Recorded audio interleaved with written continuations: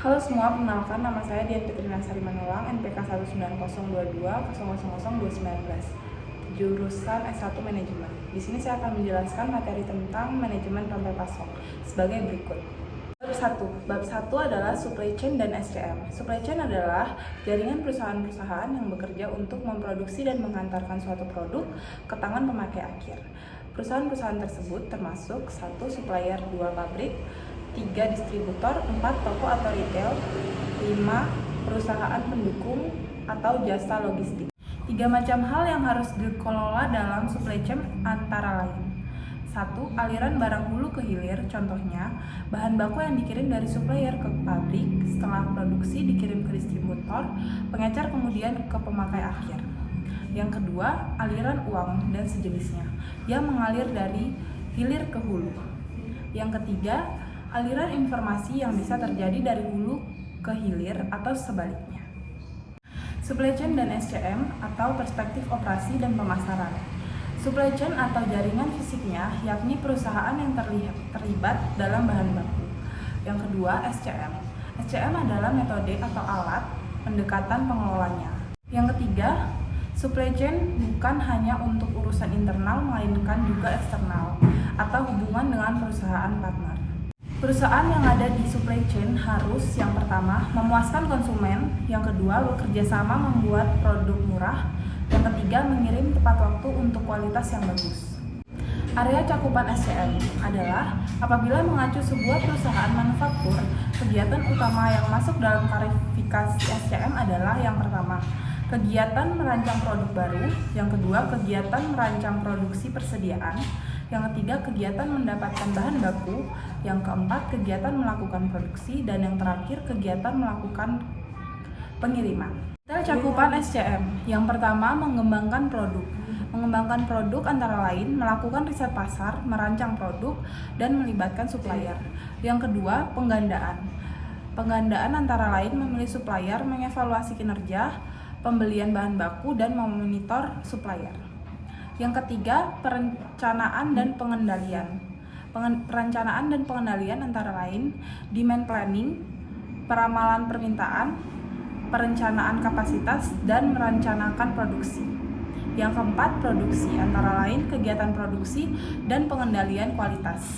Yang kelima, distribusi, antara lain perencanaan jaringan, penjadwalan pengiriman, dan pemeliharaan hubungan dengan jasa pengirim. Fungsi fisik dan mediasi pasar. Yang pertama, aktivitas fisik, antara lain sourcing, penyimpanan material, distribusi atau transportasi.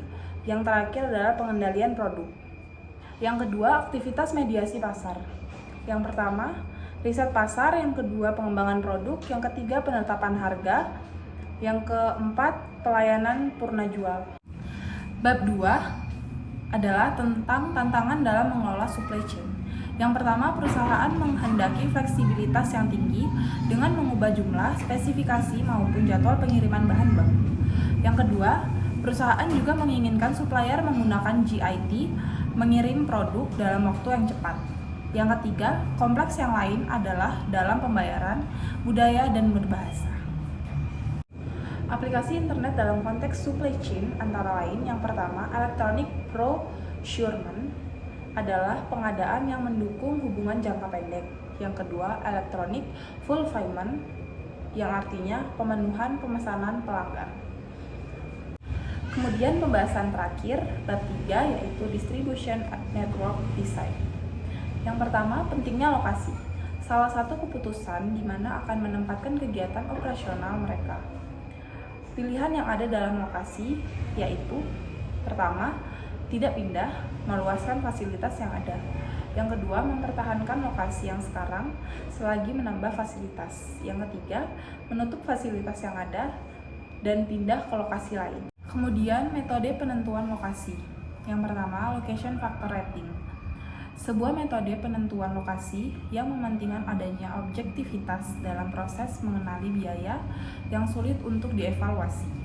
Kemudian, langkah-langkah yang perlu dilakukan dalam location factor rating. Yang pertama, membuat daftar faktor. Yang kedua, membuat bobotan untuk setiap faktor yang ditetapkan. Yang ketiga, membuat skala penilaian untuk tiap faktor. Yang keempat, membuat beberapa alternatif lokasi. Yang kelima, memberi penelitian untuk setiap alternatif lokasi pada skala penelitian. Yang keenam, analisis setiap faktor dengan mengalokasikan bobot. Yang terakhir adalah memberi rekomendasi berdasarkan nilai poin. Yang terakhir, metode penentuan lokasi adalah teknik sistematis yang digunakan untuk menemukan lokasi yang paling baik untuk suatu titik distribusi tunggal. Sekian penjelasan dari saya tentang materi manajemen rantai pasok. Terima kasih.